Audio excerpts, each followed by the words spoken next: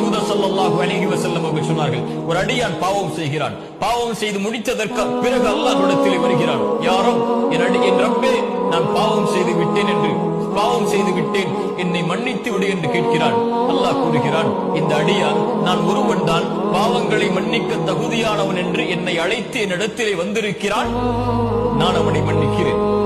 அந்த அடியான் மீண்டும் அதே பாவத்தை தொடர்கிறான்.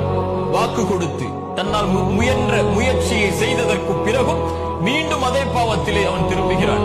யாரிடத்திலே சென்று மறுபடியும் மன்னிப்பை கேட்க முடியும்? ரப்பிடத்திலே வருகிறான், யா ரப், நான் பாவம் செய்து விட்டேன். அல்லாஹ் சொல்கிறான், இந்த அடியான் நான் ஒருவன் தான் பாவங்களை மன்னிக்க தகுதியானவன் என்று என்னிடத்திலே அழைத்து என்னை கேட்கிறான், என்னிடத்திலே வந்து கேட்கிறான். இவனை நான் மன்னிக்காமல் எப்படி இருக்க முடியும்? நான் மன்னிக்கிறேன். மீண்டும் அதே பாவத்தை தொடர்கிறான், மறுபடியும் வருகிறான், யா ரப், என்னை மன்னித்து விடு என்று கேட்கிறான். அல்லாஹ் சொல்கிறான், நான் ஒருவன் தான் பாவங்களை மன்னிக்க தகுதியானவன் என்று என்னை அழைக்கிறான், இவனுடைய பாவத்தை நான் மன்னிக்கிறேன்.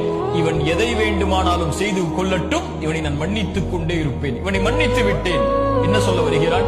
எத்தனை முறை என்னை அழைத்தாலும், எத்தனை முறை தேவைகளுக்காக என்னிடத்தில் வந்தாலும், எத்தனை முறை பாவ மன்னிப்புக்காக என்னிடத்தில் வந்தாலும் நான் உன்னை விரட்டுவதில்லை, உன்னை ஒதுக்குவதில்லை, நான் ஏற்றுக்கொள்கிறேன். நீ கேட்பதை நான் ஆசைப்படுகிறேன் அடியானே.